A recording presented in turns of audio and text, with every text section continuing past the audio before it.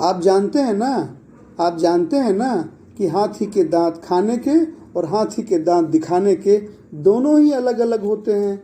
भारत के सरकार का भी यही हाल है। भारत सिर्फ नए नए नारों का देश बन गया है। भारत को विश्व गुरु बनाना है, भारत में राम राज लाना है। इन नारों के आधार पर जनता को बहकाया जाता है, जनता को फुसलाया जाता है, पर सच्चाई यही है कि जनता को शिक्षा, स्वास्थ्य, सिंचाई, रोजगार जैसे मुख्य मुद्दों से दूर रखकर जनता को ही अनपढ़ बनाए रखने का काम होता है। जनता अनपढ़ है, जनता गरीब है, इसकी चिंता सरकार को न कभी थी न कभी होगी, क्योंकि सरकार को मालूम है कि शिक्षित जनता जागरूक होती है और जागरूक जनता चुप नहीं रहती। इसलिए सबसे बड़ी बात यही है कि गरीब और अनपढ़ जनता को यह कौन समझाए कि सरकार ही वो सबसे बड़ा जोंक है जो जनता का खून चूस रही है। सरकार जनता की पोषक नहीं, जनता की शोषक है। सरकार जनता की पोषक नहीं, जनता की शोषक है। सरकार ही जनता का दुश्मन नंबर 1 है। सरकार ही इस देश में विषमता का, गैर बराबरी का सबसे बड़ा समर्थक है। सरकार ही इस देश में विषमता का, गैर बराबरी का सबसे बड़ा समर्थक है। यह सरकार सिर्फ रुपयों के बल पर चल रहा है और सरकार का मुख्य काम नेताओं का और उनकी पार्टियों का बैंक बैलेंस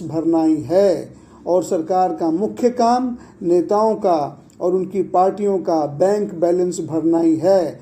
इस देश में सरकारी नेता का बैंक बैलेंस और सरकारी पार्टी का बैंक बैलेंस लगातार बढ़ता जाता है और विपक्ष के नेताओं का और विपक्ष की पार्टियों का बैंक बैलेंस लगातार कम होता जाता है। इसकी एक ही वजह है और वह यह है कि सरकार के नेता और सरकार में रहने वाली पार्टी अपने कार्यकाल के दौरान इतना रुपया लूट लेना चाहते हैं कि उन्हें जीवन भर और कुछ करने की जरूरत ही नहीं पड़े। भ्रष्टाचार की मुख्य वजह यही है। चुनावी राजनीति से अगर रुपए का संबंध समाप्त करने का कानून बन जाए, आप ध्यान से सुने, चुनावी राजनीति से अगर रुपए का संबंध समाप्त करने का कानून बन जाए तो भ्रष्टाचार और काला धन पर तुरंत ही अंकुश लगाया जा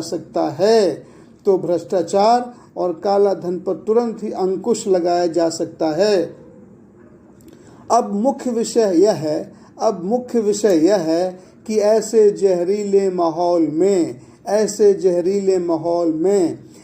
जहरीले और विषाक्त परिस्थिति में राम राज्य की स्थापना कैसे हो। बिहार सबसे गरीब प्रदेश है। उत्तर प्रदेश सबसे गरीब प्रदेश है। बिहार, उत्तर प्रदेश, झारखंड, छत्तीसगढ़, इन राज्यों में अनपढ़ सबसे ज़्यादा हैं। इन राज्यों की जनता का खून सरकारी जोंक ने सबसे ज़्यादा चूसा है। यहाँ के गरीब पलायन करते हैं, यहाँ के अमीर भी पलायन करते हैं। हर अमीर अपने बच्चे को बिहार के बाहर के कॉलेजों में पढ़ाता है। सिर्फ दिल्ली में बिहार, यूपी, झारखंड के बच्चों की भरमार है, क्योंकि वहीं पढ़ाई थोड़ी बहुत ठीक ठाक है। इसी कारण से मैं अपनी ही सरकार के खिलाफ जहरीला माहौल, विषाक्त माहौल जैसे शब्दों का बहुत ही दुखी मन से प्रयोग कर रहा हूँ। ऐसा कहना नहीं चाहता हूँ, पर कहना पड़ रहा है। जयप्रकाश नारायण जी ने बड़े दुखी मन से कहा था कि सच बोलना अगर बगावत है तो समझो कि मैं बागी हूँ। मैं भी आज दुखी मन से ही अपने ही सरकार के खिलाफ कड़े शब्दों का प्रयोग कर रहा हूँ। अब प्रश्न यह है कि अगर भारत की सरकार और भारत के नेता नहीं चाहते कि भारत विश्व गुरु बने, भारत एक सुंदर और श्रेष्ठ राष्ट्र बने, तब क्या छात्र, नौजवान, गरीब, अमीर सबके सब चुप रहें? क्या चुप रहना ही समाधान है? मेरी माने तो एक बात समझें, मेरी माने तो एक बात समझें, लोकतंत्र चुप्पी का नहीं, लोकतंत्र चुप्पी का नहीं, लोकतंत्र तो चुप्पी को तोड़ने का तंत्र है, लोकतंत्र तो चुप्पी को तोड़ने का तंत्र है। राजतंत्र तलवार से चलता है, पर लोकतंत्र तो विचार से चलता है। इसलिए चुप्पी तोड़ें और अपने विचारों से जनता को जागरूक करें। इसलिए चुप्पी तोड़ें और अपने विचारों से जनता को जागरूक करें। जनता में विचारों की जागृति पैदा करें, जनता में विचारों की जागृति पैदा करें, जिससे भारत में राम राज की स्थापना संभव हो पाए, जिससे भारत में राम राज की स्थापना संभव हो पाए, जिससे भारत एक बार फिर से विश्व गुरु बन पाए, जिससे भारत एक बार फिर से विश्व गुरु बन पाए, जिससे भारत एक बार फिर से सोने की चिड़िया बन जाए। अब प्रश्न है अपने विचारों से जागृति पैदा करने का तरीका क्या हो? अब प्रश्न है अपने विचारों से जागृति पैदा करने का तरीका क्या हो? यही सबसे कठिन सवाल है, यही सबसे कठिन सवाल है।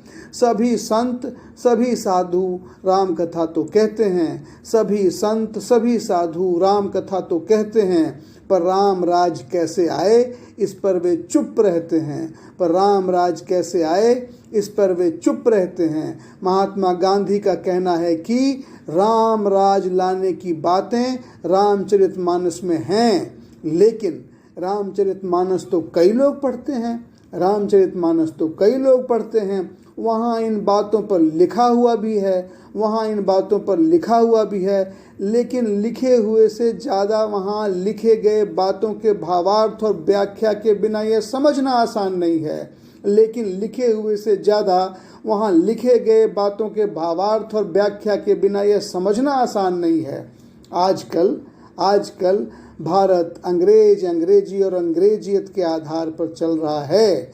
आजकल भारत अंग्रेजी और अंग्रेजियत के आधार पर चल रहा है।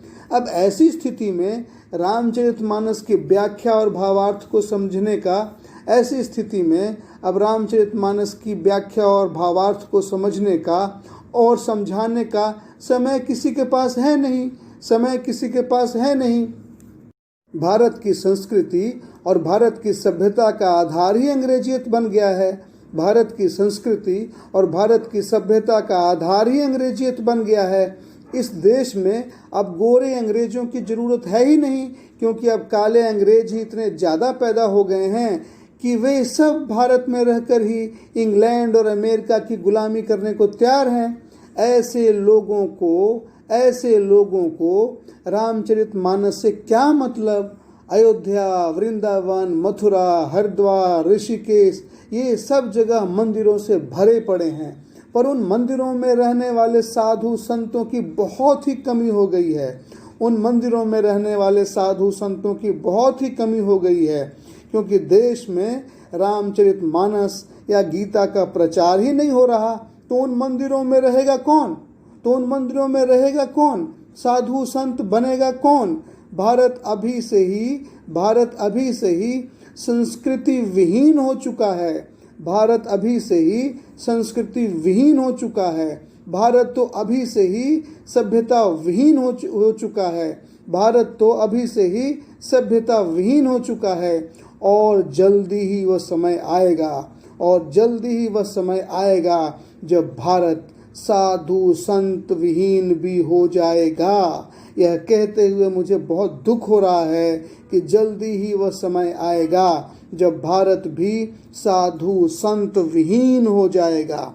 सभी जगह पर काले अंग्रेजों का कब्जा होगा, गोरे अंग्रेजों की यहाँ कोई ज़रूरत नहीं।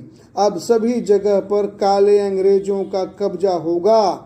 इसलिए भारत की सभ्यता, भारत की संस्कृति को अपने ही दुश्मन से बचाना है, और यह दुश्मन कोई दूसरा नहीं